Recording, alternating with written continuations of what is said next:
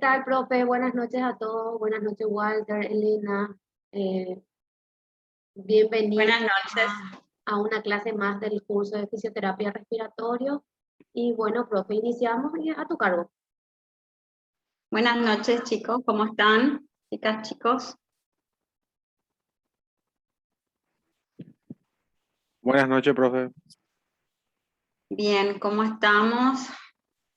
¿Con ganas? Súper, sí, con ganas. A mitad de la semana tenemos que sacar fuerzas de flaqueza, pero aquí estamos.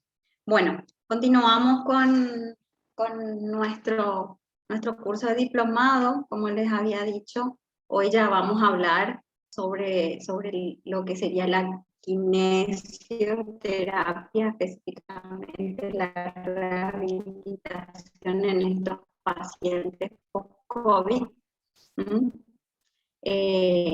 Sería como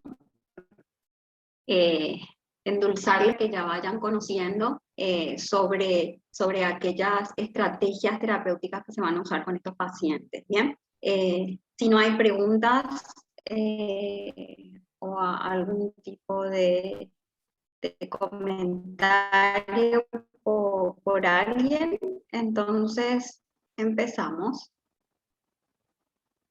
Bueno. Entonces, hoy vamos a hablar sobre la rehabilitación respiratoria y muscular en los pacientes con alta tras una infección moderada a severa por COVID-19. ¿Okay? O sea, los pacientes post-COVID, como los conocemos, con el nombre corto.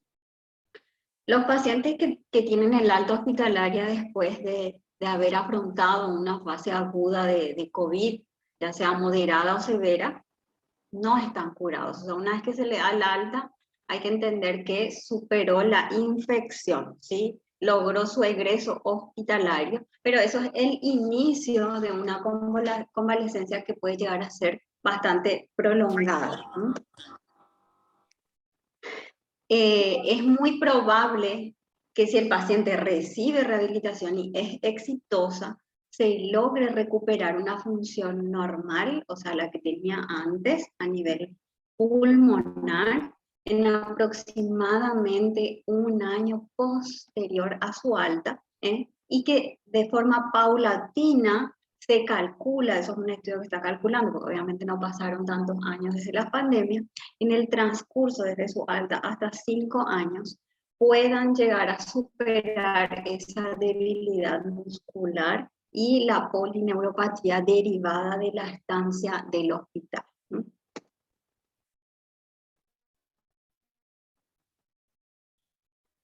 Bien, la convalecencia en que recibieron su tratamiento hospitalario, se les da el alta y permanecen en su periodo de convalecencia en domicilio.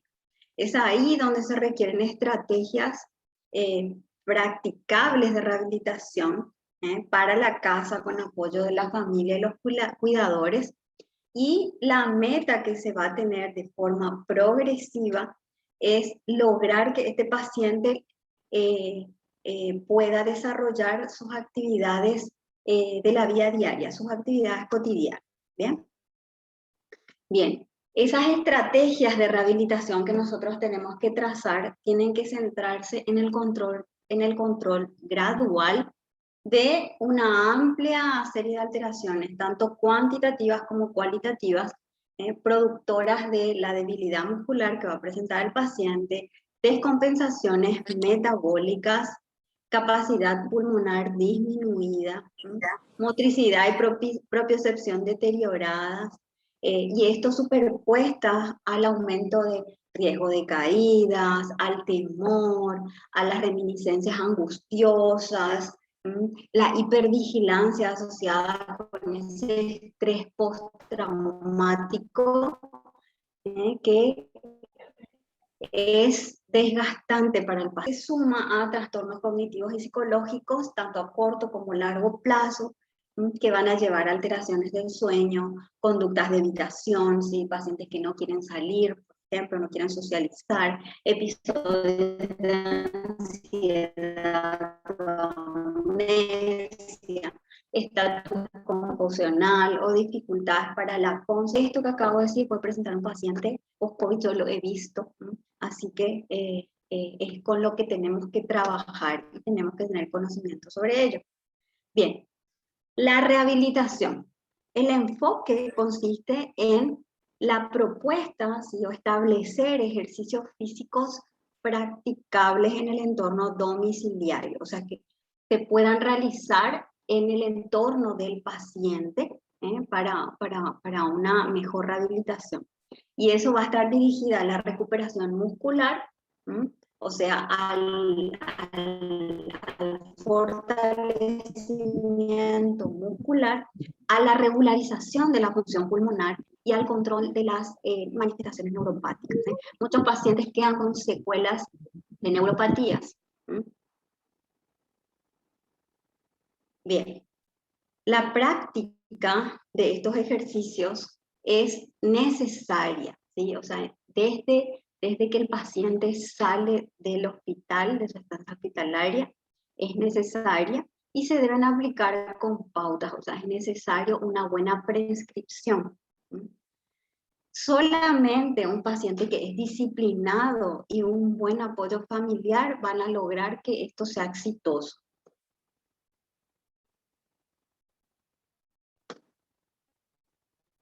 Bien, esto para recordar o para saber cómo tiene que estar clínicamente el paciente para que se le dé el alta, el alta del hospital, después de haber padecido una infección por COVID-19 moderada o severa.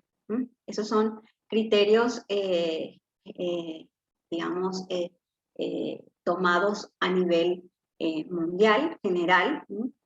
En el caso de la clínica, debe haber ausencia de fiebre por más de 48 horas, sin medicación, mejoría clínica evidente de los síntomas respiratorios y la hipoxemia, sin exacerbaciones de otras patologías, o sea, sin necesidad de hospitalización por otras patologías, con tolerancia por vía oral, presencia de etiología diferencial, ¿sí? Ya sea influenza, bacteriana, o sea, alguna otra patología viral o bacteriana, y sin alteraciones de conciencia y sensorial. A nivel laboratorial, debe tener 2 resultados negativos de PCR en muestras respiratorias secuenciales, ya sea por muestras nasofaringeas puto, tomados como mínimo con 24 horas de diferencia. A nivel radiográfico o tomográfico se debe haber una evidencia de reducción importante de la inflamación pulmonar. A nivel serológico se deben encontrar anticuerpos IgG específicos determinados mediante la prueba serológica idónea. Y existen algunos datos de alarmas que van a hacer que se reconsidere la posibilidad de alta, que sería la disnea ostensible, oximetría pulso menor a 94% en aire ambiente, hipotensión arterial, a nivel sistólica, una reducción de unos 40 milímetros de mercurio respecto al valor que tiene el paciente habitualmente, o un valor menor a 90 milímetros de mercurio. Exacerbación de la sintomatología cardiovascular o respiratoria en pacientes que tienen patologías de base, o sea, patologías crónicas, y alteraciones del estado de conciencia. Vómitos y diarrea persistente, descontrol glucémico y síndrome pleuropulmonar. Bueno, esos son síntomas de alerta que van a hacer que el médico piense si le da o no el alta. Y esto como para recordar el periodo desde el momento de contacto, infección, cómo saber de acuerdo al si el periodo es sintomático. Bien, entonces de 0 a 5 días, esto que vemos, esta línea, es lo que corresponde al ARN del COVID y el antígeno, de cómo va aumentando de forma paulatina al cabo de los días. Esto que está en celeste son los anticuerpos IgM, que son los primeros que se producen, y esto que está en púrpura, creo que es el color, los anticuerpos IgG. Bien, de 0 a 5 días es el estadio asintomático, puede llegar a los 10 días.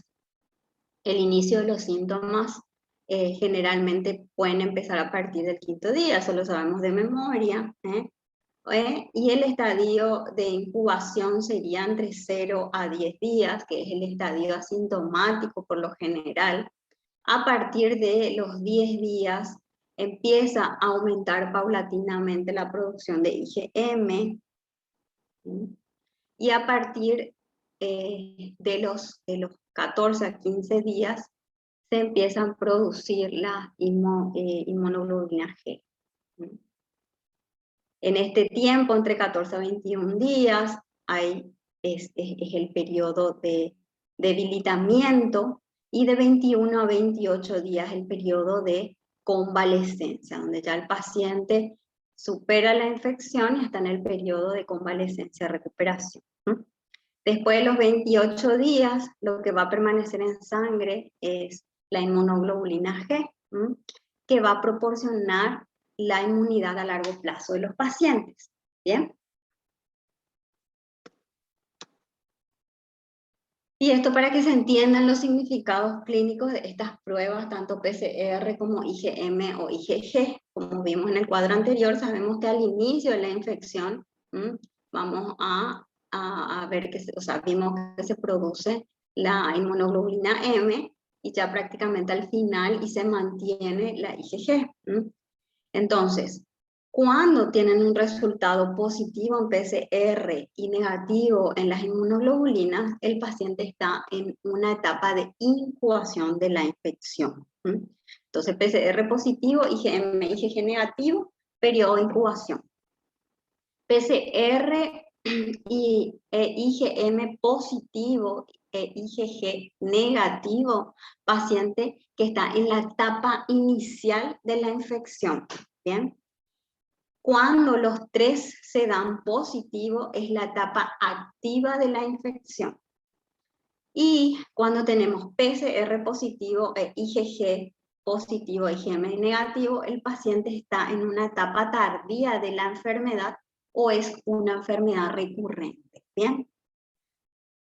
Cuando solo la IgM es positiva, el paciente está en la etapa inicial de la infección o el resultado es un PCR falso negativo.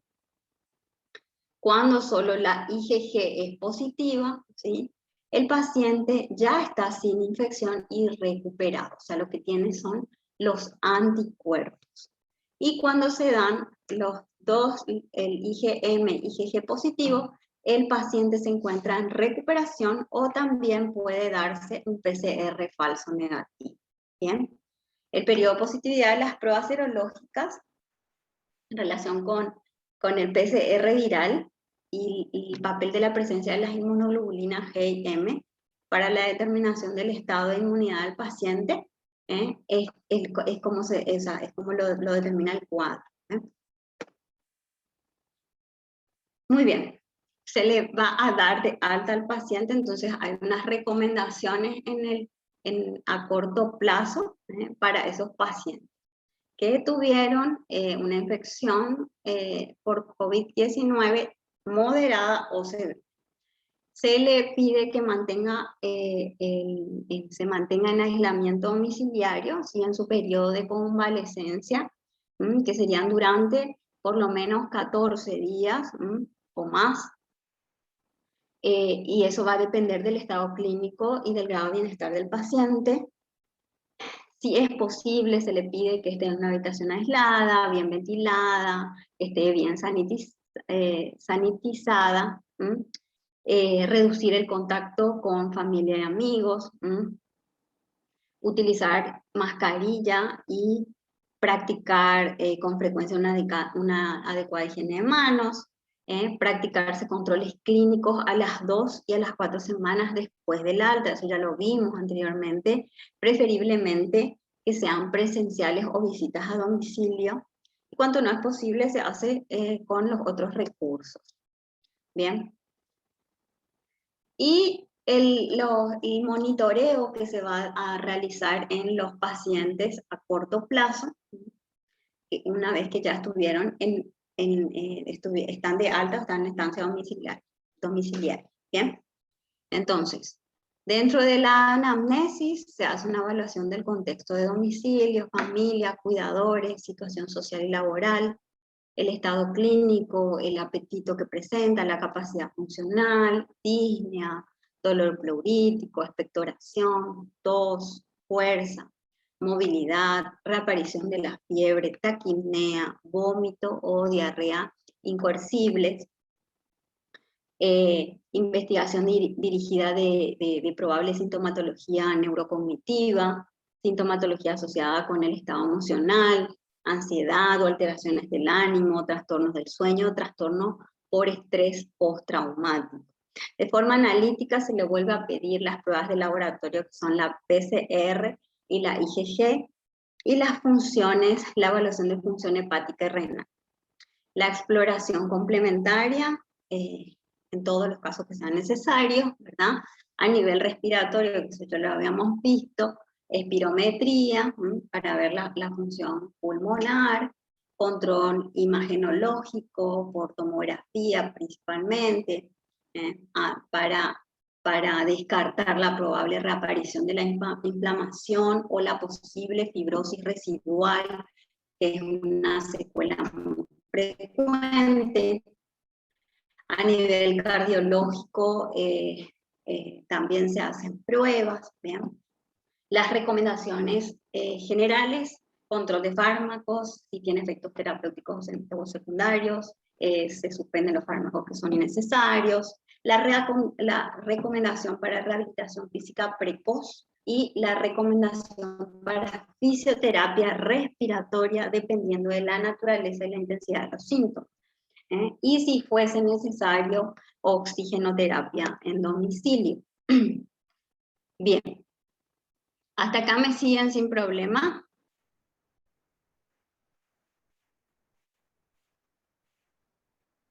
Hola. ¿Están ahí? Hola, profe. Sí, sin problema. Hola, Bien. profe, ¿qué tal? Buenas noches. Buenas noches. Bueno, me siguen sin problema entonces, no se durmieron.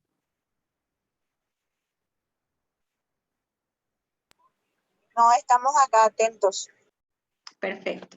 Bueno, es importante que conozcamos estos. En este cuadro se presentan los principales hallazgos patológicos en pacientes con permanencia prolongada en áreas críticas. Hablamos de terapia intensiva principalmente o sala, ¿bien? Pacientes con infecciones moderadas o severas. A nivel general, estos pacientes presentan astenia, que es esa debilidad general, dolor secundario, procedimientos invasivos, ¿sí? Si se le intubó o se le realizó algún procedimiento invasivo que requería para su tratamiento, fatiga, pérdida de peso, alteraciones metabólicas derivadas a la degradación de lípidos, liberación y absorción de glucosa, grados diversos de dificultad para la realización de ejercicios físicos. A nivel cognitivo y psicológico, déficit cognitivo tanto en corto como largo plazo, ansiedad, episodios de amnesia, sintomatología depresiva, trastorno de estrés postraumática y conducta de evitación. A nivel cardiovascular, disminución del consumo de oxígeno y gasto cardíaco, alteraciones de la tolerancia ortostática y finalmente el desarrollo de tromboembolismo venoso. Son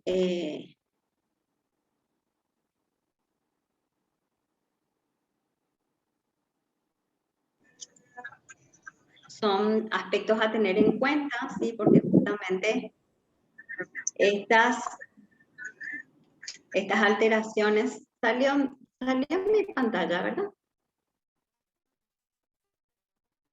Sí, profe, salió de tu favor.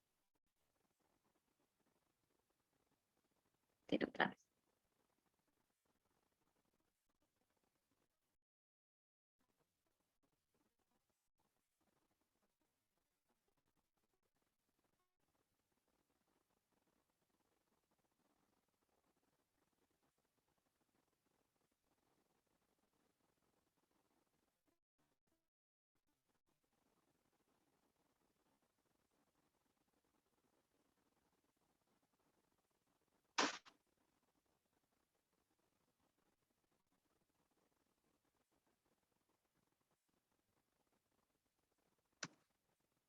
Ahí pueden ver.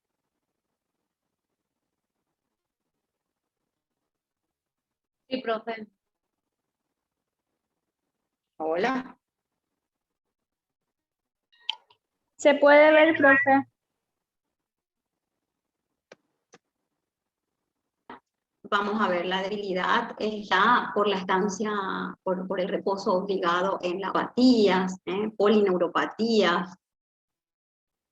Ay, no sé por qué se deja de compartir. Polineuropatías, osificaciones heterotópicas, que son calcificaciones pequeñas a nivel muscular, o vecinos articulaciones, aumento de la reabsorción ósea a expensa de formación o consecuente al aumento de riesgo de fracturas, reducción de masa ósea, eso se da principalmente a nivel de columna vertebral, reducción del tamaño de las fibras del músculo esquelético, o sea, se da una sarcopenia por ese periodo de estancia o ese reposo prolongado. Pérdida, disminución y desorganización de elementos contráctiles en la fibra muscular, ¿sí? Por pérdida de proteínas contráctiles y aumento del contenido no contráctil, ¿sí?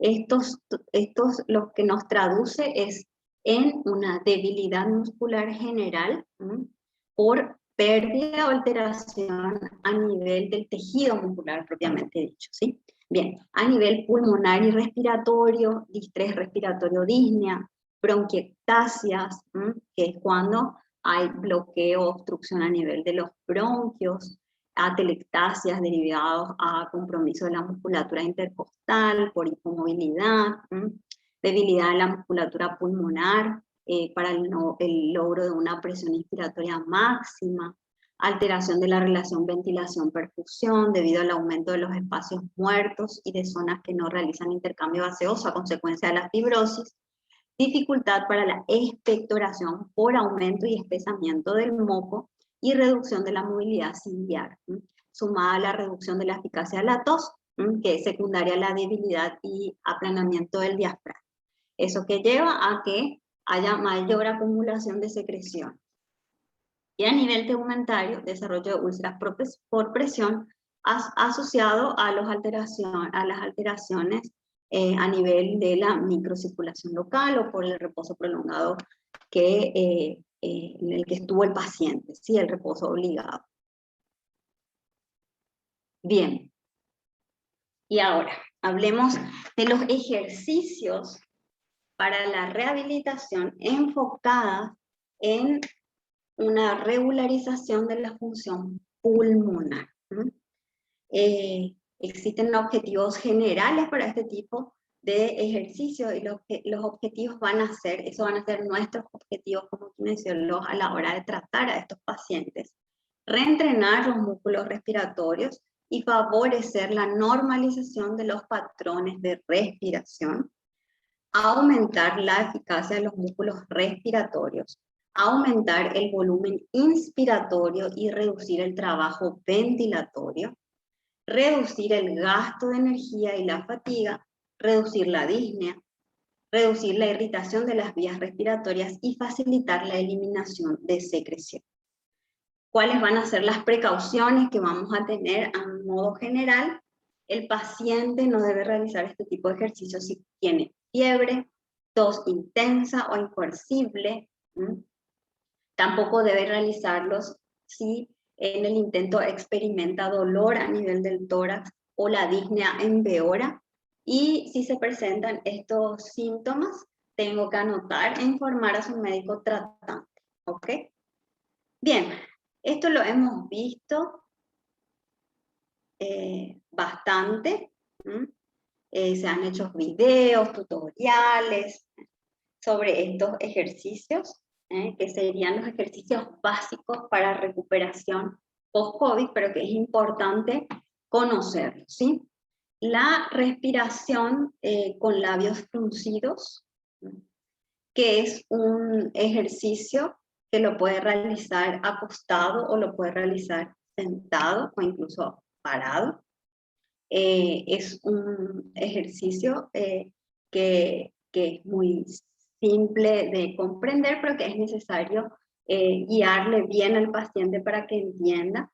La pauta es realizar el ejercicio entre 10 a 15 veces, en 2 o 3 ocasiones en el día, dependiendo de la tolerancia del paciente. Lo que yo voy a conseguir con este ejercicio es el reentrenamiento de la musculatura respiratoria y la facilitación y eliminación de secreciones. Bien, ¿y cómo se desarrolla este ejercicio? Lo puedo hacer sentado en la cama con el respaldo, ¿sí? O sentado al costado de la cama o sentado en una silla. Siempre depende de la tolerancia del paciente, ¿bien? Que puede estar reclinado con apoyo o sin apoyo. Se le pide que inspire lentamente por la nariz, que retenga el aire inhalado durante 2 a 3 segundos, o el tiempo que le permita según su tolerancia, y luego formar una O o una U con los labios, y que haga una expiración lenta a través de la boca. Entonces, una inspiración lenta por nariz, una apnea corta y una expiración por boca.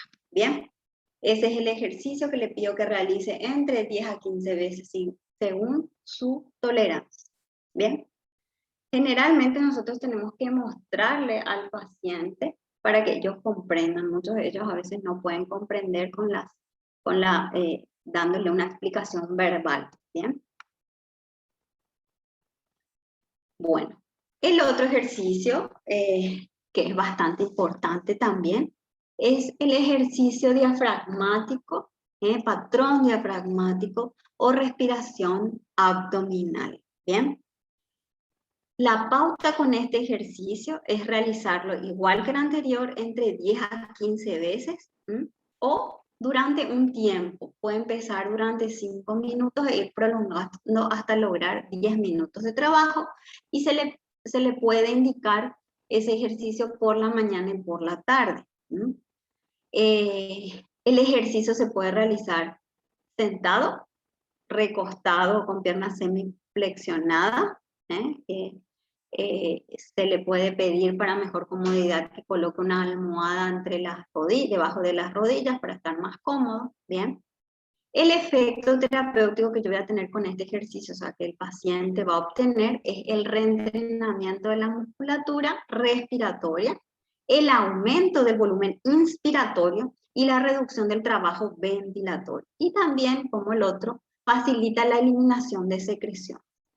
Antes que nada, yo debo localizar el diafragma del paciente y mostrarle, ¿sí?, al paciente dónde se encuentra, que coloque las manos sobre su abdomen, que localice el diafragma y pueda seguir los movimientos respiratorios con la mano a modo de direccionar la respiración. Bien. Entonces, se le pide que coloque las manos sobre el abdomen, y se le pide que inspire por nariz y que sienta el movimiento, ¿sí? Haga una inspiración profunda, que haga un llenado abdominal. Le decimos que sienta cómo se mueve la mano al inflarse el abdomen, y luego con la boca, ¿sí?, haciendo o labios fruncidos, semicerrados, se le pide que expire lentamente para relajar el abdomen. Entonces, una inhalación o una inspiración, que sienta que el abdomen se infla o el movimiento abdominal, y una expiración o exhalación con labios fruncidos. Entonces le pedimos que haga. También les suelo decir a mis pacientes para que comprendan que chiste, que haga, para que haga como si fuese una rueda desinflada, o un globo desinflándose, para que entienda cómo tiene que fruncir los labios. ¿Bien? ¿Se comprenden? ¿Me siguen? Esto lo conocen, supongo.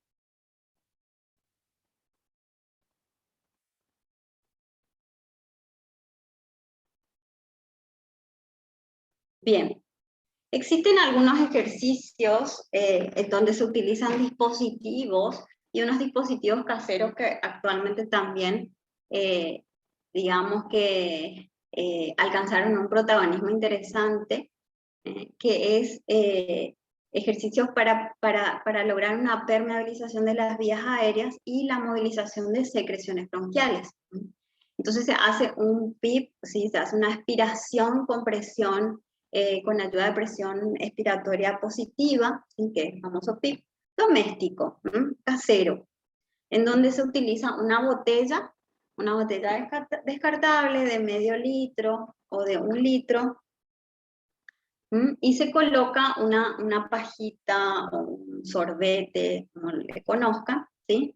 Y con la botella de agua obviamente cargada hasta la mitad de agua, y tiene una pequeña perforación para que salga el aire. El objeto es realizar durante 5 a 10 minutos o 2 veces al día, la cantidad de tiempo que tolere, ¿sí? Los ejercicios que sería soplar la pajita, ¿sí? Y hacer burbujitas en el agua. ¿Qué se logra con eso? Al soplar se hace una resistencia a la aspiración por el agua, entonces tenemos una presión expiratoria positiva, un PIP casero. Y eso facilita que se movilicen las secreciones y se pueda lograr una mejor expectoración posterior. Y con eso consigo una permeabilización de las vías aéreas. ¿Bien? Tenemos dispositivos comerciales que hacen este efecto, ¿sí? Como eso lo vamos a dar en las próximas clases, ¿verdad? Que tienen nombre comercial, como el acapella, ¿sí? El flúter, entre otros que hacen efecto de PIP, y el objetivo es la movilización de la secreción, ¿sí?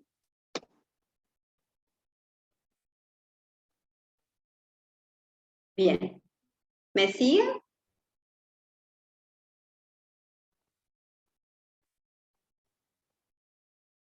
Siento que hablo solita, necesito ahí ver el chat. Gracias, Reiner.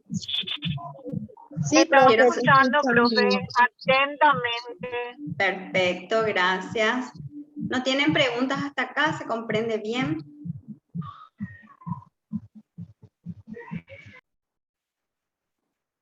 Profe. Perfecto. Entonces, sigamos con los ejercicios de permeabilización de las vías aéreas. Este es el ejercicio de expiración lenta con boca abierta. La pauta de este ejercicio es realizarlo 2 veces al día. Por la mañana, el microfonito, por la mañana y por la tarde se puede recomendar. En estos casos en donde indicamos algún ejercicio que pueda desencadenar tos, se deben tomar ciertas precauciones. Además de tomar las precauciones generales, se le debe recomendar al paciente realizar estos ejercicios en un ambiente ventilado. Antes de comenzar a realizar el ejercicio, dejar pasar 2 horas después de haber consumido alimentos. Si en algún momento presenta episodios de tos, pasar a la posición sentada, inspirar profundamente, toser recogiendo las secreciones en un pañuelo desechable, desecharlo y luego hacer la higiene correspondiente de las manos. ¿Bien? El efecto terapéutico de este ejercicio es la movilización y remoción de las secreciones bronquiales hacia las vías altas, o sea, hacia la faringe y cavidad oral, para su posterior expulsión mediante el reflejo tusígeno, que se va a dar de forma, o sea, se va a ir gradualmente regularizando, ¿sí? A veces ese reflejo se ve inhibido, o bien la fuerza muscular es tan débil que es ineficaz. Entonces nosotros vamos a entrenarle al paciente para que tenga de vuelta una tos eficaz movilice sus secreciones y haga una buena permeabilización de las vías aéreas. ¿Bien? Entonces, ¿cómo desarrollamos este ejercicio? Le pedimos al paciente que se coloque recostado en un decúbito lateral. Se puede recostar en una camilla, en una cama, en la alfombra, ¿sí? Que inhale por la nariz de forma normal y luego exhale lentamente por la boca, ¿sí? Con la boca abierta, hasta vaciar totalmente los pulmones. ¿Sí? Y esto debe realizarlo durante por lo menos 5 minutos, ¿sí? Una vez que Profe, realiza... una pregunta. Sí, te escucho. En un paciente adulto mayor, igual, o sea, post-COVID también, igual podemos realizarle estos ejercicios. Sí, de hecho que estos ejercicios están súper recomendados para gente de tercera edad. En la cama lo vas a hacer. Claro, pero igual si no presenta dificultades como una rutina, le puedo hacer eso. Sí, también. En los pacientes de tercera edad está recomendada la rehabilitación respiratoria de forma preventiva. ¿Por qué? Porque el proceso de envejecimiento lleva a alteraciones de la caja torácica y del sistema respiratorio que le hace más, o sea, le predispone más a ese paciente añoso o adulto mayor a patologías respiratorias. Y Claro. otra vez, que haya padecido COVID, entonces como que lo hace más predisponente. Entonces, a modo, y ellos son los que quedan con mayores secuelas. Entonces, aunque no presente sintomatología específica respiratoria, a modo preventivo, vos podés trabajar esto tranquilamente como tu rutina diaria. Dale, gracias, profe. Excelente. Dale. Profe, Sí. otra consulta. Sí, A estos ejercicios se le puede complementar otros ejercicios, por ejemplo, una caminata, sí. pero la caminata tiene que ser antes o posterior a estos ejercicios. Y Pues depende mucho de vos cómo diseñes tu rehabilitación, pero justamente nosotros vamos a hablar de la prescripción de ejercicios en los pacientes. Estos son otros ejercicios respiratorios básicos, ¿sí? Pero vamos a hablar, no hoy, la próxima clase, sobre justamente cómo vamos a prescribirle, o sea, vamos a armar nuestro programa de ejercicio físico específicamente. Llámese calistenia, ¿sí? Caminata, bicicleta, una combinación, ¿bien? Dentro de ese programa incluso vas a poder incluir ejercicios respiratorios. Entonces ya vamos a hablar un poquitito, pero no vamos a hablar tan profundo hoy sobre los ejercicios físicos en estos pacientes, pero en la próxima ya te prometo que vamos a tener un programa. Profe. Muchas Dale. gracias. Perfecto. Pero sí se pueden combinar, de hecho que está recomendado combinarlos. Bien. Entonces, una vez que termina los 5 minutos de un lado, lo que voy a pedirle al paciente es que se coloque en el otro decúbito supino y realice los mismos pasos. Esto, obviamente, siempre bien monitoreado, si el paciente tiene su saturómetro, ¿sí? Utiliza su saturómetro, si siente fatiga o exacerbación de la tos o disnea, le dicen que suspenda y una vez que se recupere vuelva a intentar. ¿Bien? Entonces, también para lograr permeabilizar las vías aéreas, están estos ejercicios de drenaje postural que los aprendimos en la facultad, ¿sí? Que siguen siendo bastante efectivos. Bien, que la pauta es realizar el ejercicio entre 3 a 5 minutos, pedirle al paciente que exhale 5 veces, bien, que saque el aire 5 veces, repetir el ejercicio durante otros 3 a 5 minutos, y luego estimular al paciente para que tosa con la boca abierta o sople de forma vigorosa, ¿bien?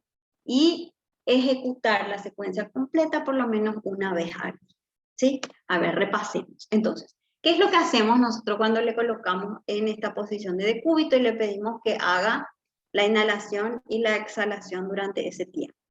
Lo que hacemos es movilizar las secreciones que están a nivel bronquial para que suban a la parte alta de las vías aéreas, ¿sí? Y para que sea más fácil movilizarlas y expectorarlas, ¿sí? Para desecharlas hacia el exterior. ¿Se entiende? Como hacemos de los dos lados, después entonces le vamos a pedir que el paciente se siente, se incorpore, se inclina hacia adelante, exhale 5 veces, ¿sí?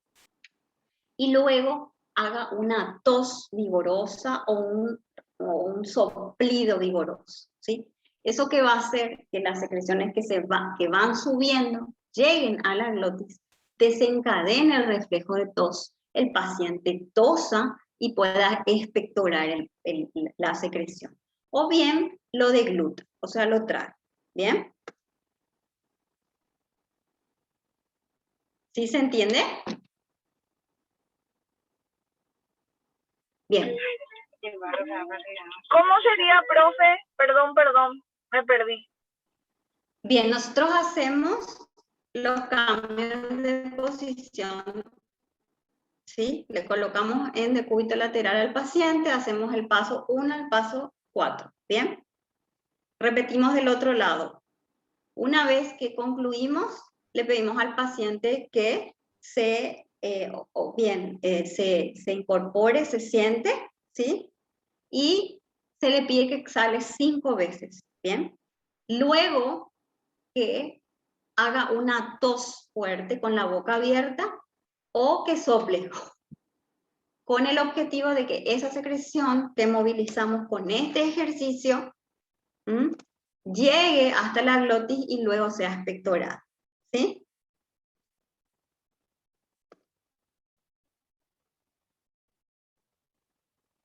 Igual no se preocupen que nosotros en la clase práctica esto lo vamos a hacer uno a uno, ¿sí? Genial, profe. Espectacular. Esto, Entendido sí. ya. Genial. Si quieren ejecutarlo, entonces ven paso a paso la descripción o ven el video y pueden probar. Primero prueben ustedes y entonces después lo ejecutan con su paciente. Bien. Hay maneras también, técnicas manuales, que lo conocemos como asistencia kinésica respiratoria, que ayuda a desprender las secreciones que están adheridas a la pared torácica, ¿sí? O sea, perdón, a la pared de los bronquios, ¿bien? Para poder facilitar que se despeguen, se movilicen y luego se desencadene el reflejo de tos y sea expectorado, ¿bien? Esto, o sea, dentro de las guías de tratamiento, de rehabilitación post-COVID se encuentra, esto no es algo que yo inventé, están, ¿sí? Ya sea que en otras bibliografías o en estudios actuales no están tan recomendadas ciertas técnicas, yo tengo que comentarles a ustedes que se encuentra dentro de las guías y que podría ser una estrategia terapéutica, pero como nosotros somos profesionales vamos a poder determinar o bueno, evaluar al paciente y saber si podemos ejecutar o no tal maniobra, ¿bien? ¿Por qué digo esto? Porque dentro de estas maniobras que ayudan a desprender o flexibilizar las secreciones que están adheridas, se encuentra la técnica de percusión. Técnica que está dentro de nuestra terapia respiratoria convencional, o fisioterapia respiratoria convencional, en donde hablamos de percusión con palma o clapping, en donde se utiliza la mano huecada y se realizan golpes secos en el tórax del paciente, ¿sí? Bien. Entonces, eso en algunas bibliografías y en algunos estudios bastante nuevos se desaconseja porque se ha visto que después de la aplicación de esta técnica, principalmente en pacientes pediátricos, puede producir broncoespasmo, ¿sí? Aumentar, o sea, disminuir la oxigenación, o sea, que el paciente desature, ¿verdad? Entonces, por eso está desaconsejado por lo menos en esta población. Entonces es importante que nosotros de la técnica, si consideramos que es segura, la realizamos, pero está dentro de las guías de tratamiento, o sea, como estrategia terapéutica dentro de los tratamientos de paciente post-COVID, ¿bien? Principalmente para la movilización y despegue de secreción, ¿bien? El riesgo, o sea, las precauciones específicas que tenemos que tener es que tiene que estar alejados de la comida para evitar que el paciente tenga náuseas o vómitos. Tiene que esperar para poder hacer estas maniobras entre 1 hora y media a 2 horas después de cada comida. Generalmente al principio de la mañana y al final de la tarde, sí, al inicio de la noche, antes de que el paciente se acueste, son los mejores momentos.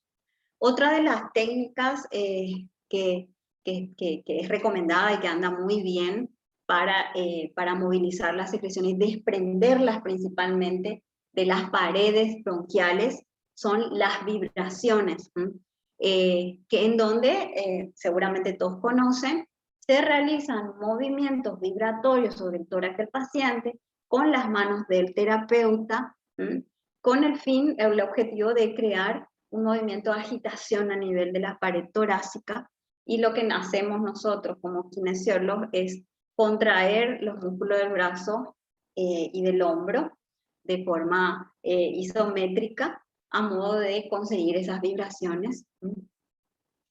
Y bueno, estas dos técnicas que están dentro de nuestra fisioterapia respiratoria convencional se encuentran dentro de las guías, andan muy bien, pero como les digo, siempre debemos evaluar y cómo está el estado del paciente y de acuerdo a eso seleccionar la estrategia terapéutica. Bien.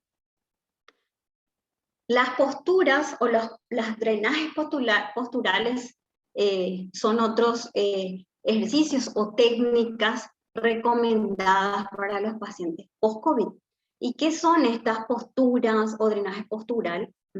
Es conseguir la movilización de secreciones hacia las vías altas, colocando al paciente en diferentes posturas, de acuerdo a la localización o sea, a dónde se encuentran las secreciones, a qué nivel del pulmón, ya sea lobular, segmento o si se encuentra en ápice o base, ¿sí? Por ejemplo, al paciente se lo coloca como en esta primera imagen, en decúbito supino, con las piernas flexionadas, ayudada con una almohada, ¿sí? Para poder drenar las secreciones que se encuentran en los lóbulos superiores y en los segmentos apicales, ¿sí? En las zonas más altas del pulmón, ¿bien? Se lo coloca en esta posición práctica, o se le puede colocar también como en una posición de Trendelenburg, si es que tiene la camilla o la cama, que es inclinado hacia abajo y boca para abajo, pero esta postura lo pueden adoptar en casa y es bastante practicable para poder drenar las secreciones que se encuentran en los lóbulos superiores y en los segmentos posteriores, o sea, es arriba del pulmón pero atrás, ¿bien? En esta posición, que es un decúbito supino también, para los lóbulos superiores y los segmentos anteriores. Bien, entonces acá vemos las distintas posturas para la língula, cómo colocamos al paciente. En lóbulo medio generalmente le inclinamos un poquito hacia el lado que queremos drenar. Lóbulos inferiores y segmentos basales anteriores lo vamos a colocar boca para abajo al paciente, como se encuentra en la imagen.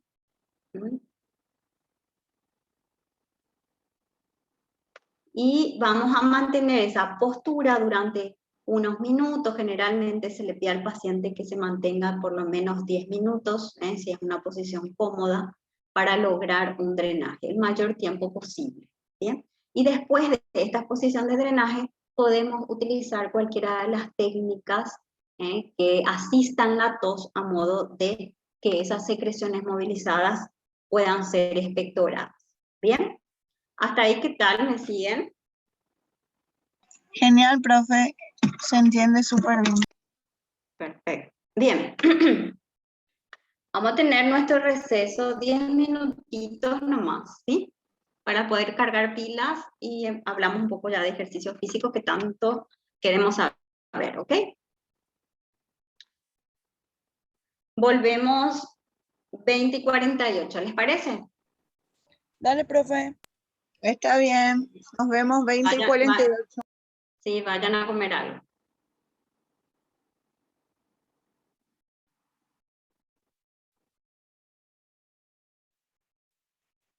Ya elevaron su glicemia, así que podemos continuar. Están atentos de vuelta, ¿no? ¿Están ahí? Sí, profe. Bueno, lo que quería saber el compañero, vamos a dar como una introducción, no vamos a hablar específicamente sobre la prescripción, pero sí ya, digamos que el principio de lo que sería el ejercicio físico y la rehabilitación. ¿Están viendo la presentación? Sí, profe. Bien. La falta de movilidad que se da en estos pacientes por la internación prolongada, por el confinamiento prolongado, o sea, ya sea en el hospital, en sala, en la terapia intensiva, y después otra vez en la convalescencia en la casa, va a provocar alteraciones en diferentes sistemas, principalmente a nivel muscular. ¿Qué va a producir? Va a producir una debilidad muscular o pérdida de fuerza muscular, porque se modifica de forma negativa la arquitectura y la función de la musculatura esquelética.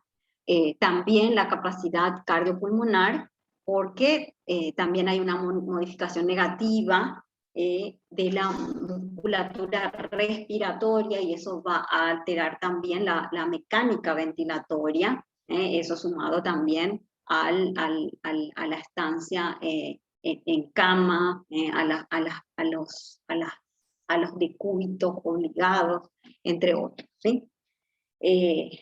Estas alteraciones no solamente disminuyen la tolerancia para que el paciente pueda realizar esfuerzos físicos, sino que adicionalmente también inducen la aparición o el recrudecimiento de la sintomatología polineuropática. O sea, no sé si ya han visto pacientes post-COVID que les refieren dolores en distintas zonas del cuerpo, sí que son dolores neuropáticos y a veces a nivel articular, muscular, y generalmente es bastante común escuchar en estos pacientes que estuvieron en una estación prolongada en internación.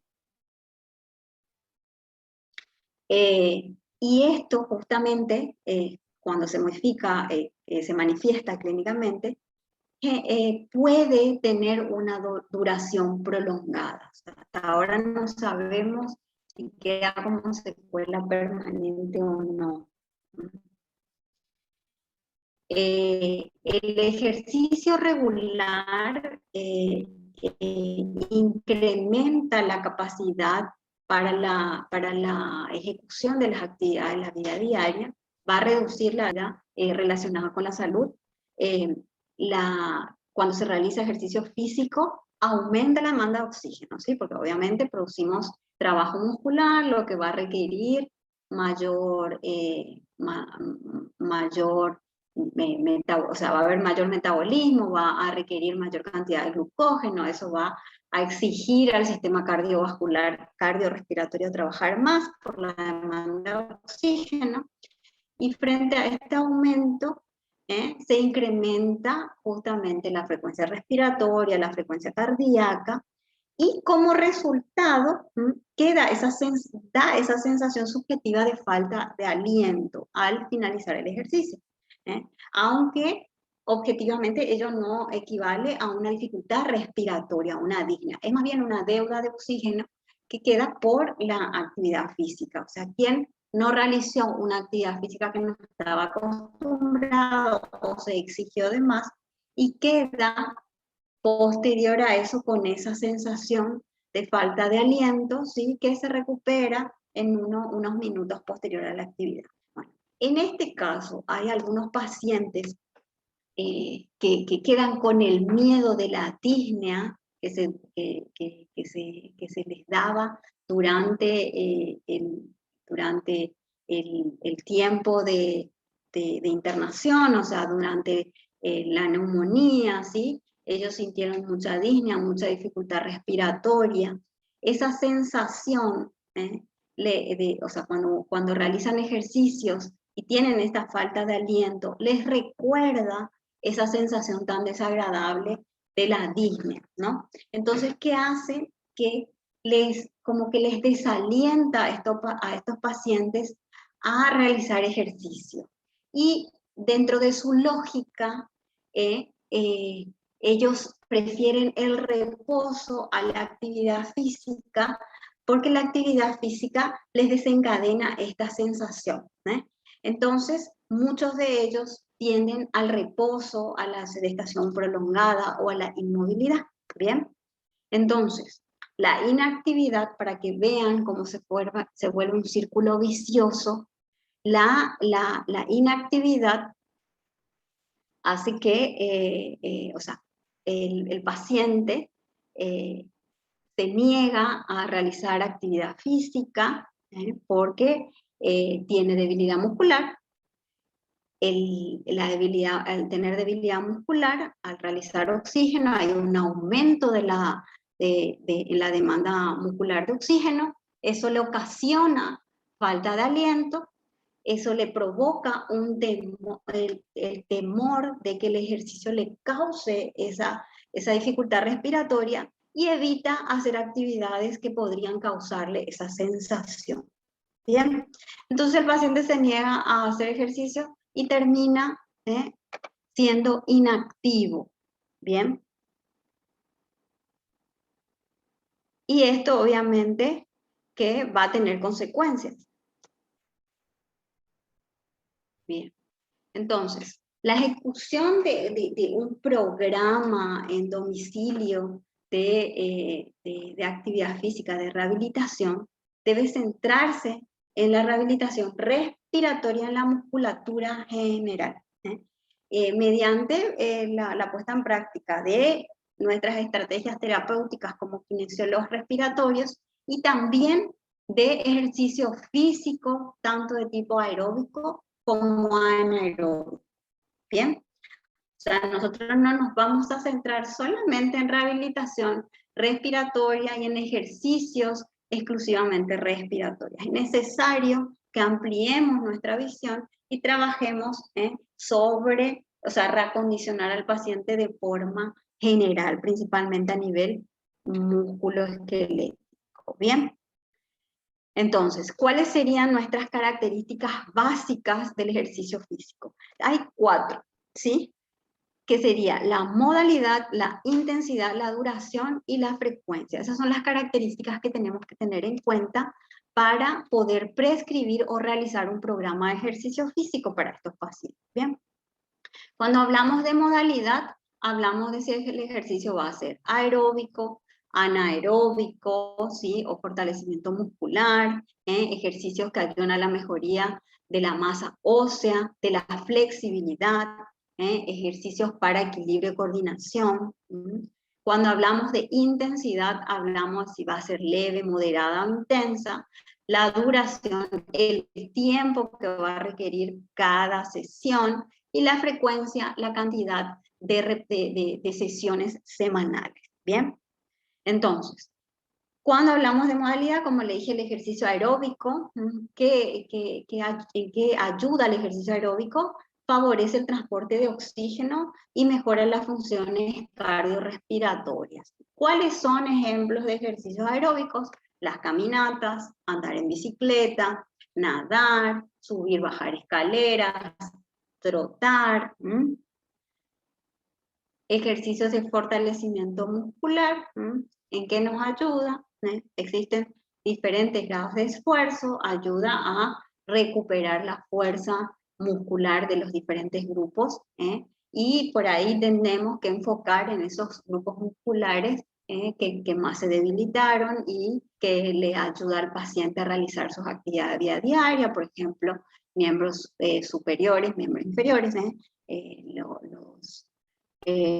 los ejercicios de fortalecimiento se pueden realizar con elementos o sin elementos, como las gomas, las pesas, las mancuernitas, o bien utilizar elementos que encontremos en casa para ayudar con los ejercicios o el propio peso. Bien. Ejercicios para mejorar la masa ósea. En eso, los ejercicios que vamos a indicar se van a basar principalmente en trabajos pliométricos, ¿sí? Que sean de impacto para la compresión y estiramiento alternativa de los huesos, ¿sí? O que haya carga para que haya mejor para que haya mejor adherencia, no es la palabra, pero fijación de los minerales al hueso.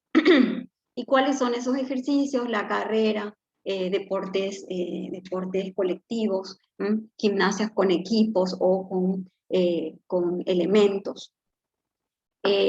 Ejercicios de flexibilidad, que conocemos como las elongaciones o los estiramientos. Eso lo que nos ayuda es a conseguir una elasticidad y un estiramiento muscular, conseguir un mejor rango articular. Y hay modalidades de ejercicios como las artes marciales, yoga, actualmente pilates, que ayudan mucho a conseguir flexibilidad. Ejercicios de equilibrio y coordinación. Existen ahora un montón de programas para poder trabajar con este tipo de ejercicios, ¿sí? Se logra una mejoría de la respuesta a movimientos, de balanceo y de desestabilidad. Ay, Dios mío, no sé qué me pasa con las palabras hoy. Desestabilización, ¿sí? O sea, nosotros estimulamos a los pacientes para que mejoren sus movimientos de coordinación y equilibrio. Por ejemplo, se pueden utilizar como estrategia ejercicios en grupos, con pelotas, donde se lancen pelotas, ¿sí? Haya cambios de posición. Entonces, como a modo de estimular los cambios de posición corporal para que el paciente fortalezca, digamos, el equilibrio y consiga mejor coordinación. ¿Bien? La intensidad, como les dije, sería de leve a intensa. El ejercicio leve, podríamos decir que es aquel ejercicio en donde el paciente o la persona puede hablar, puede cantar sin cansarse. Por ejemplo, caminar a paso lento, una velocidad normal. Moderada, va a haber aumentos moderados en la sensación de calor, si el paciente va a sentir calor, sudoración, una aceleración del ritmo cardíaco y respiratorio, pero es posible todavía para el paciente hablar. Bien. Por ejemplo, caminar un paso más ligero, rápido, unos 6 kilómetros por hora, ¿sí? Pasear en bicicleta, bien. Intensa, ya son aumentos moderados en la sensación de calor, sudoración, aumenta el ritmo cardíaco y respiratorio, pero para el paciente ya no va a ser posible hablar mientras realiza el ejercicio. Por ejemplo, correr, pedalear rápidamente en bicicleta, saltar. La duración se determina de acuerdo a la tolerancia del paciente y a la ejecución del programa de trabajo que ustedes vayan a hacer.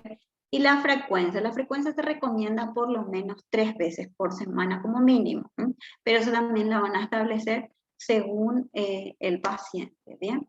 El estado del paciente.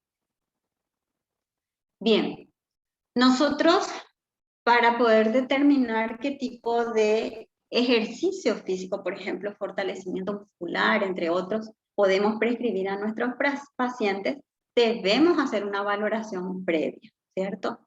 Y dentro de la evaluación previa o valoración previa, existen escalas que ya lo fuimos viendo anteriormente, pero escalas específicas para valorar, por ejemplo, la fuerza muscular, ¿bien? Y esto lo dimos todos, creo, en la facultad, es a modo de repaso en la escala más utilizada, la escala Daniels, que se evalúa del 0 a 5, la fuerza muscular, ¿bien? 0, que era ese músculo que no se movilizaba, que no se sentía contracción, o sea, hablábamos de un músculo con una parálisis completa. 1, cuando hay una contracción mínima palpable, que se puede percibir con la vista, pero no hay movimiento.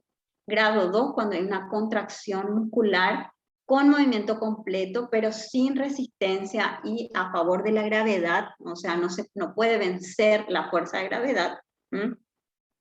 Y grado 3, cuando el movimiento muscular es completo, con la fuerza de gravedad como única resistencia, o sea, puede vencer la gravedad. Grado 4 va a haber una contracción muscular completa, o sea, un movimiento en toda la amplitud, contra la fuerza de gravedad y contra resistencia manual moderada. Y grado 5, contracción muscular completa con movimiento en toda la amplitud articular y contra la fuerza de gravedad y la resistencia manual máxima, ¿sí? La resistencia que ejercemos nosotros como kinesiólogos. Bien, entonces es necesario por lo menos que evaluemos los grupos musculares principales de miembro superior e inferior antes de determinar un programa de trabajo para nuestros pacientes, ¿sí? Para poder determinar la modalidad, la intensidad y la frecuencia principalmente. Bien. Entonces, hasta acá me siguen sin problema. Sí, profe. Excelente. Bien. ¿Cuál sería el impacto del ejercicio físico sobre las funciones pulmonares y respiratorias? ¿Sí? Sus beneficios fisiológicos, cardiovasculares y psicológicos. El ejercicio físico estructurado, o sea, bien programado, ¿sí? y constante, es nuestro pilar fundamental en la rehabilitación pulmonar del paciente que se está recuperando, ¿sí? Que salió de alta, y va a hacer su recuperación en casa. Entonces, es importante que manejemos nosotros los criterios para poder realizar estos programas de trabajo. La práctica regular del ejercicio físico es eficaz para la rehabilitación pulmonar. ¿Por qué? Porque incrementa la resistencia y la fuerza de la musculatura respiratoria, porque mejora la eficacia del intercambio gaseoso al mantener la superficie alveolar flexible y libre de secreciones, mejora la capacidad ventilatoria, mejora el consumo de oxígeno y produce efectos antiinflamatorios a nivel sistémico, mejora la arquitectura de función general de los diferentes sistemas orgánicos, o sea, no hablamos solamente del área muscular, con lo que contribuye también a la reducción de la inflamación sistémica a bajo grado. Ustedes saben que nosotros hacemos actividad física y producimos antiinflamatorios endógenos, ¿sí? Que el mismo cuerpo lo produce. Entonces, el simple hecho de realizar una actividad física favorece no solamente el área respiratoria, sino a todos los sistemas del cuerpo y acelera la rehabilitación general. Esto se ha visto y se ha cotejado, esa mejora que es significativa, y generalmente cuando se hace una evaluación de espirometría se ve cómo los valores cambian de forma positiva, como la capacidad de ventilación principalmente, ¿sí? La capacidad vital forzada, el volumen expiratorio en el primer segundo, que es el PEP1, ¿sí? Todos esos valores que habíamos estudiado anteriormente cambian de forma positiva en los pacientes que han hecho rehabilitación respiratoria y ejercicio físico durante el periodo de convalecencia. Bien. Bien. Tenemos ciertas herramientas para hacer evaluaciones al esfuerzo, o sea, cuando el paciente hace el ejercicio físico, que nosotros tenemos que utilizarlo, ¿sí? Para poder cuantificar el ejercicio, ¿sí? O la intensidad del ejercicio que el paciente pueda tolerar y que también podamos enseñarle a nuestros pacientes. Hay una evaluación subjetiva para poder determinar el esfuerzo durante el ejercicio físico, que es la escala de Borg, que ya hablamos la vez pasada. Pero esta es un poco modificada, ¿bien? La escala de Borg es o sea, representa una objetivación gráfica de la opinión subjetiva de una persona con respecto a la intensidad de trabajo que invierte durante la realización del ejercicio físico, ¿sí? O sea, mediante esta escala se puede medir al paciente, o sea, se puede medir lo que cree el paciente que está haciendo, o sea, poder medir el esfuerzo que el paciente cree que hace, ¿sí? O sea, nosotros no medimos lo que está haciendo el paciente de forma objetiva, sino lo que él de forma subjetiva piensa, ¿bien? Esta escala nos sirve, es un instrumento valioso porque nos sirve para controlar y ajustar la intensidad del ejercicio físico, y poder definir y programar las diferentes intensidades de ejercicio en nuestros pacientes para la rehabilitación. Bien, y este es nuestra escala de Borg modificada, ¿sí? Nosotros usábamos la escala de Borg para determinar el nivel de disnea que presentaba el paciente, ¿se acuerdan? Bien, entonces esta escala de Borg modificada nos sirve para evaluar de forma subjetiva el esfuerzo invertido para la ejecución de un ejercicio físico, el esfuerzo que el paciente hace para realizar el ejercicio, o sea, lo que él cree que está haciendo, el esfuerzo. Entonces, él les va a referir a ustedes cómo se siente, ¿bien? Tiene una puntuación de 0 al 10.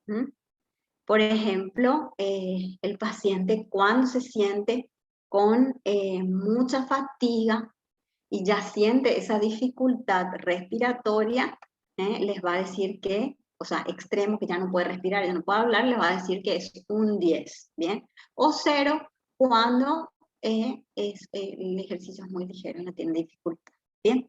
Entonces, de acuerdo a esta escala, ustedes van a poder cuantificar la intensidad del ejercicio que le van a poder prescribir a ese paciente, ¿bien? Y tenemos también métodos de evaluación objetiva del esfuerzo durante el ejercicio físico. Y uno de ellos es la frecuencia cardíaca máxima. No sé si ya hablamos, creo que ya hablamos anteriormente. En esta evaluación lo que hacemos es, o sea, es una evaluación objetiva del esfuerzo invertido durante la ejecución del ejercicio físico, y hay parámetros básicos dependientes de la frecuencia cardíaca que nosotros tenemos que saber. La frecuencia cardíaca, que sabemos lo que es, ¿no? Que equivale al número de pulsaciones o contracciones cardíacas por unidad de tiempo, ¿bien? Y se le expresa por, o sea, como número de latidos por minuto, que es LPM, latidos por minuto, ¿bien? Y pueden medirse durante el reposo, durante la ejecución de una actividad física. La frecuencia en reposo es el parámetro basal para la medición de la frecuencia cardíaca mientras se realiza un esfuerzo, ¿sí? O sea, nosotros tenemos que saber la frecuencia cardíaca en reposo antes de evaluar cuál es la frecuencia cardíaca durante la actividad, ¿bien? La frecuencia cardíaca máxima es un parámetro básico para poder determinar el esfuerzo y la intensidad del ejercicio, ¿bien? De entre los factores que modulan la frecuencia cardíaca máxima, el principal es la edad, con una contribución de un 70 a un 75%. La frecuencia cardíaca máxima disminuye a medida que el paciente envejece, o sea, a partir de los 20 a 25 años de edad, puede predecirse una reducción anual de 1 latido por minuto en este parámetro, a partir de los 25 años. Bien. La frecuencia cardíaca de reserva equivale a la diferencia de la frecuencia cardíaca máxima y la frecuencia cardíaca en reposo, ¿sí? O sea, calculamos frecuencia cardíaca máxima y la frecuencia cardíaca en reposo, y la restamos, y el resultado nos da la frecuencia cardíaca en reposo. Y luego tenemos la frecuencia cardíaca esperada, y en eso hacemos una pequeña formulita, no se apuren que después vamos a tener un práctico para poder comprenderlo mejor, ¿sí? Es también un criterio básico para la limitación del esfuerzo máximo mientras se realiza una actividad física aeróbica, ¿sí? Existen diferentes métodos, por ejemplo el de Krakoven, en donde la frecuencia cardíaca de esfuerzo equivale a la resta entre la frecuencia cardíaca máxima y la frecuencia cardíaca en reposo, ¿bien? Y eso se multiplica otra vez por el porcentaje de la intensidad de trabajo que uno le indica al paciente. Y se suma a la frecuencia cardíaca en reposo. Y aquí tenemos al final la formulita que después vamos a ir reemplazando y vamos a quitar. Esto se utiliza como parámetro para poder prescribir la intensidad del ejercicio en diferentes contextos. Por ejemplo, prevención de enfermedades, programas de rehabilitación, valoración de deportistas de alto rendimiento. Entonces nosotros necesitamos manejar esta fórmula para poder saber qué intensidad le vamos a prescribir de ejercicio, qué intensidad de ejercicio le vamos a prescribir a nuestros pacientes. ¿Bien? Bien, entonces, ¿cuáles son los objetivos generales cuando vamos a indicar o prescribir fortalecimiento muscular? Recuperar el volumen y la flexibilidad de la fuerza muscular y la función neural relacionada con la sensibilidad de movimiento, reducir miopatías, artropatías, polineuropatías, restablecer la maquinaria muscular antigravitatoria contráctil, restablecer la masa ósea, recuperar las reservas fisiológicas del organismo, reducir la fatiga y la astenia, y recuperar el peso corporal previo a la enfermedad, restablecer la capacidad de esfuerzo y capacidad ventilatoria, controlar el dolor secundario a la aplicación de procedimientos invasivos durante la etapa de la enfermedad, mejorar el control postural y disminuir el riesgo de contracturas, fracturas y caídas.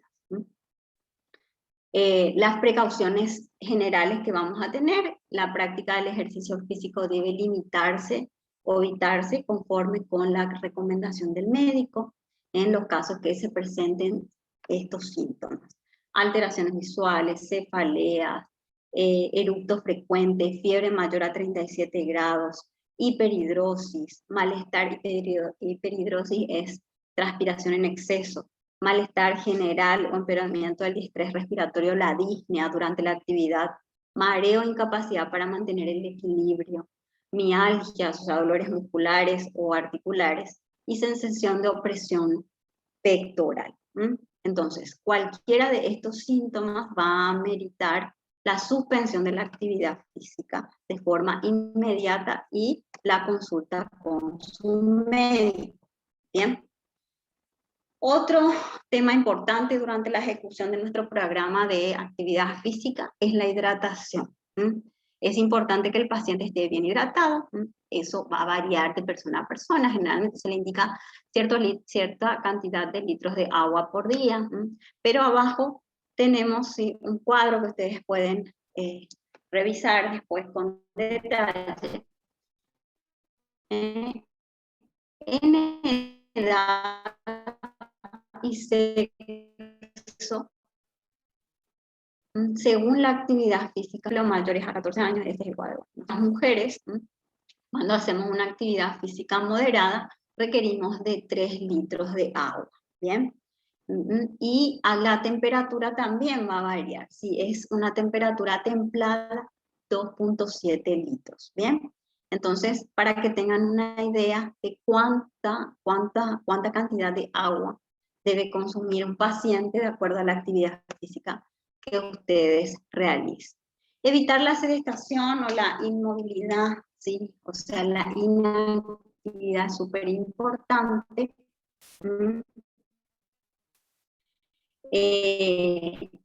En la medida en que que le permita los síntomas que presenta, ¿sí? O el estado general del paciente. Es importante que el paciente haga respiratoria de ejercicios aeróbicos principalmente y se le va agregando ejercicios de fuerza y resistencia. Es súper importante que, bien, y eso se va a medir de acuerdo a las escalas que estudiamos recién, como la escala de Borg o el cálculo de la frecuencia cardíaca máxima. La respiración, eso también lo manejamos, el control de la respiración durante la ejecución del ejercicio.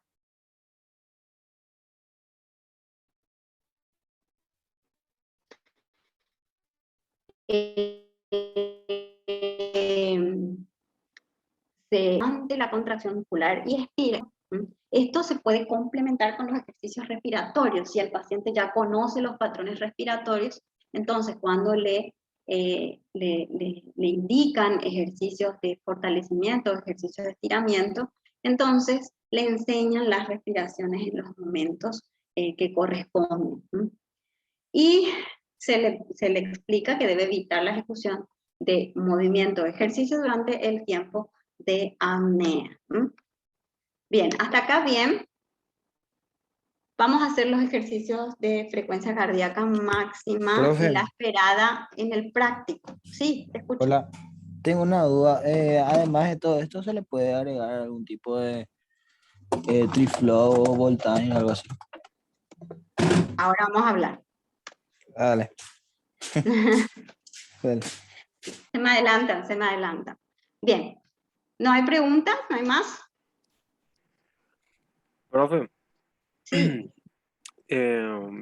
o sea que por ejemplo, el ejercicio funcional vendría demasiado bien, entonces, profe, porque en el ejercicio funcional pues usamos toda la capacidad y usamos miembros inferiores como superiores también y vamos alternando ahí brazos, piernas, un Sí. poco de ejercicio aeróbico, o sea que es bastante bueno, entonces Combina justicia. completamente todo. Sí, así mismo, o sea, es una combinación perfecta de todas las capacidades que tenemos que trabajar, ¿verdad?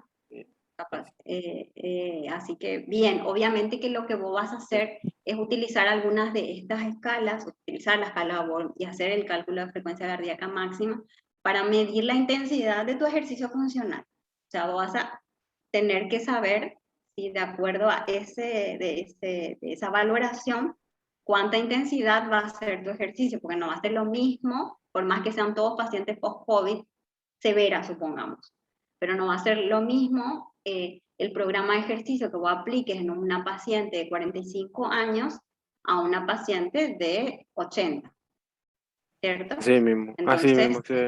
Entonces vos vas a tener que aplicar estas escalas, la de Borg y el cálculo de frecuencia cardíaca máxima principalmente, que ustedes seguro que saben, pero rápidamente nomás para recordarles, porque este ejercicio lo vamos a ver en el práctico.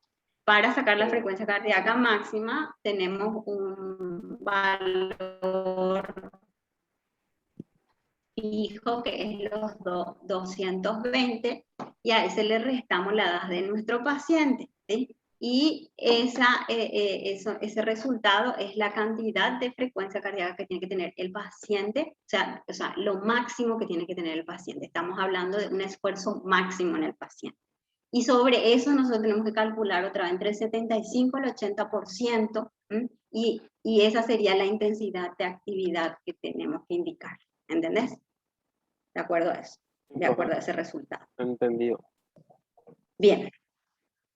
Entonces, les decía, ¿sí? Si bien existen muchos dispositivos comerciales, actualmente hay dos que tienen bastante protagonismo en la rehabilitación respiratoria. Principalmente ahora con el post-COVID salieron mucho, que son los dispositivos, o sea, inspirómetros de incentivo le decimos, o ejercitadores respiratorios de incentivo, que tienen siglas ERI. Por lo menos yo los conocí siempre como incentivos respiratorios.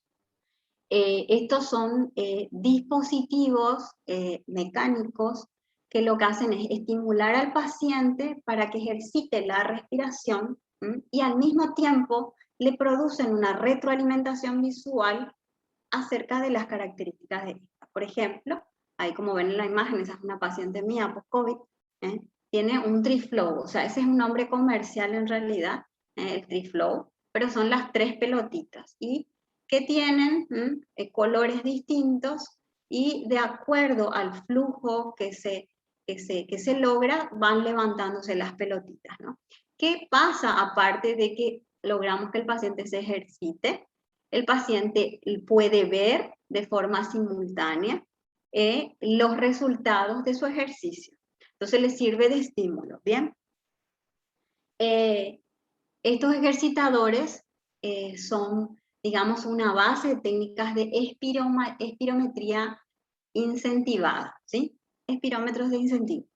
Y estimulan al paciente para realizar inspiraciones sometidas al máximo, prolongadas y lentas y profundas, ¿sí? Lo que generalmente nos cuesta hacer o lograr sin estos dispositivos, ¿bien? Porque o no comprenden el comando que le damos, ¿sí? O simplemente no pueden seguir o sea, realmente generalmente no pueden comprender o copiar el comando si lo hacemos sin estos dispositivos, ¿bien?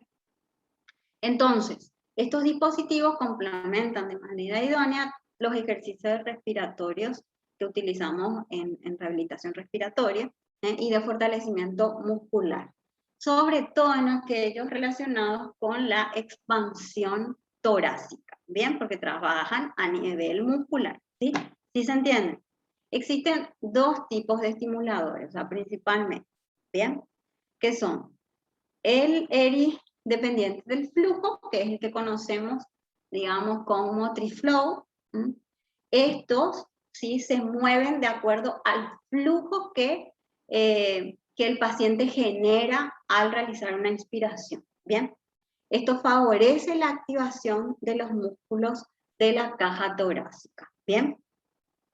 Y los ERIs, o inspiratorios de incentivo, dependientes de volumen, ¿sí? Estos se mueven de acuerdo al volumen de aire que el paciente genera al inspirar, ¿bien? Los dos son dispositivos que trabajan distintos, aunque los comandos sean iguales o parecidos. Y favorecen la activación de los músculos abdominales y el diafragma, perdón. ¿Bien? Entonces, dependiendo de la tolerancia del paciente y de las indicaciones que se realizó, el ejercicio, eso es al inicio, se indica cada 1 o 2 horas durante el día, ¿bien? Y se ejecutan, de acuerdo a la tolerancia del paciente, entre 5 a 10 repeticiones en cada sesión. ¿Cómo se da? Si vamos a usar un TriFlow o un ERI dependiente del flujo, se le pide al paciente que realice una expiración completa fuera del dispositivo, que quite aire fuera del dispositivo, ¿sí? Luego sujeta la boquilla del TriFlow, ¿sí? Entre los labios, y hay que enseñarle a sujetarlo con fuerza para que no tenga fugas, y realiza una inspiración lo más profunda y lenta que pueda, para que las pelotitas suban, ¿bien? Hasta el borde superior, ¿bien? Y se le pide al paciente que mire las pelotitas e intente mantener las pelotas arriba el mayor tiempo posible. Luego va a soltar la boquilla y va a hacer una expiración lenta por la nariz o por la boca, dependiendo de cómo le queda más fácil al paciente, ¿sí? Se hace una pausa y luego se repite el ejercicio. Bien. Si el paciente no logra, que generalmente pasa, no logra subir las 3 pelotitas, bien, al mismo tiempo, ¿sí? Le explican que eso no importa, que deben mantener la que suba el mayor tiempo posible. Bien. Entonces se le pide que realice inspiraciones profundas y mantenga la cantidad de esperas que pueda subir. Bien. Hasta el tope. Y eso a medida que evoluciona el paciente y mejora de forma positiva, va a poder levantar las 3 pelotitas. Bien, en el caso de las dependientes de volumen, ¿sí? Le piden al paciente que realice una exhalación o expiración completa fuera del dispositivo, luego coloque la boquilla, cierre fuerte con los labios y haga una inspiración. Y esto es importante porque normalmente los pacientes hacen una inspiración rápida, ¿sí? Y rápida, y quieren hacerlo profundo, pero termina siendo superficial y no logran poder, digamos, cumplir con el objetivo, ¿sí? Porque en el pensamiento del paciente está que mientras más fuerte inspira, más alto va a subir la válvula. Entonces le tienen que explicar que debe inspirar de forma lenta y prolongada, además de profunda.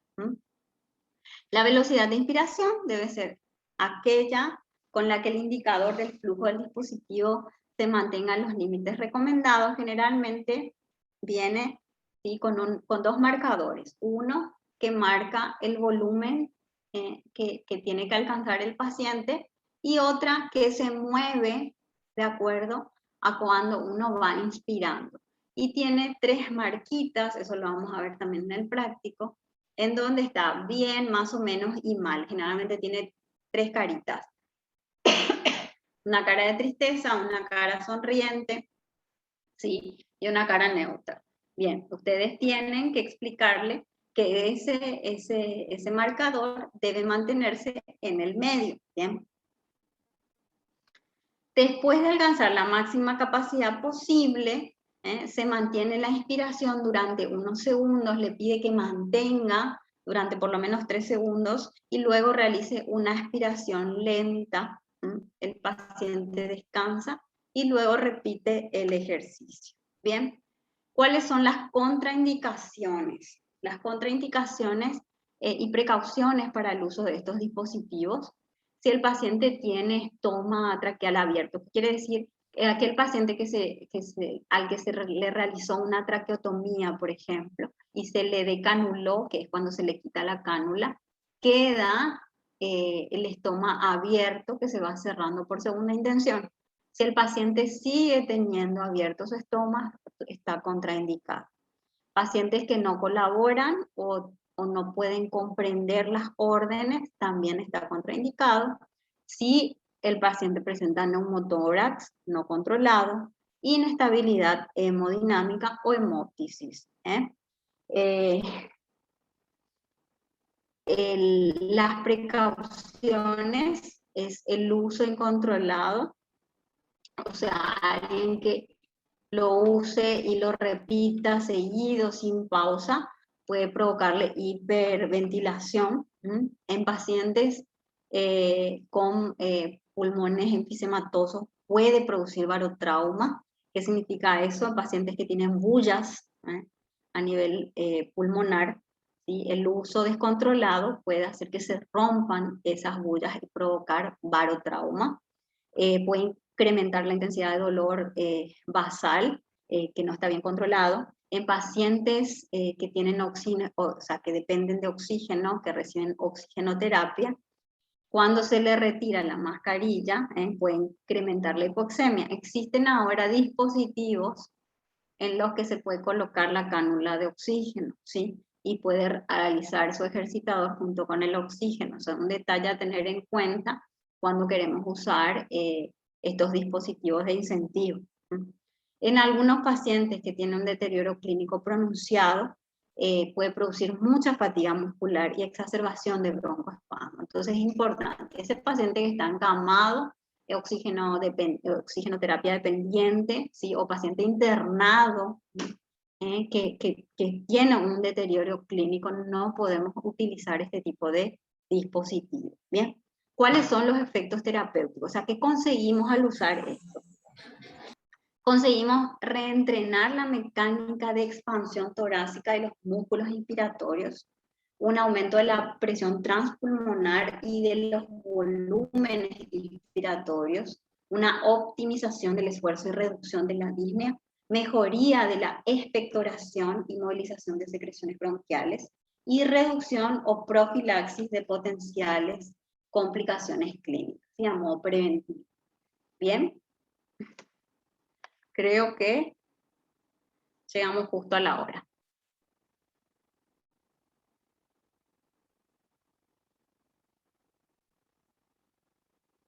¿Siguen ahí? Súper, sí, profe, gracias. Re bien se entendió la clase de hoy. Sí, me pudieron seguir. Sí, iba a llegar la parte linda en algún momento, solo que tenemos que manejar todo eso engorroso de mediciones, pero son súper importantes de conocer. ¿Bien? ¿Alguna pregunta hasta acá? Estos materiales lo van a tener, pueden leerlo con más detalles y más tranquilitos en casa. Entonces la próxima podemos hacer un ping-pong de preguntas y está el video, ¿no? Bien. Si no hay preguntas, le pedimos a la profe que nos tome las fotos. Sí, profe. Y yo me dirijo a mi casa porque sigo en mi consultorio, chicos.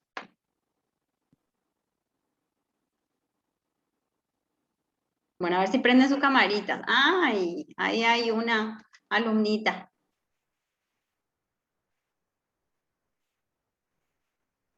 ¿Qué hace despierta esa niña? Prendan su camarita. Elena, Lourdes, Ana, Fanny, igual. ¿Qué pasó? Recién se despertó. Ay, atajate, Catalina. Yo tengo que ir a verla a mi hija. Así que, Ella es la tercera ya. admirable. Yo con una estoy. Muy bien. A ver sus caras de miércoles. Falta poquito para el fin de semana. Prendan sus cámaras.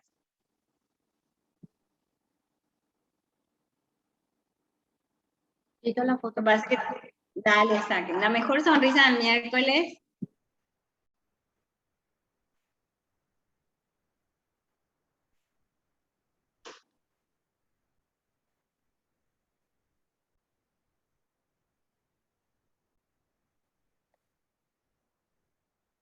¿Ya está, profe?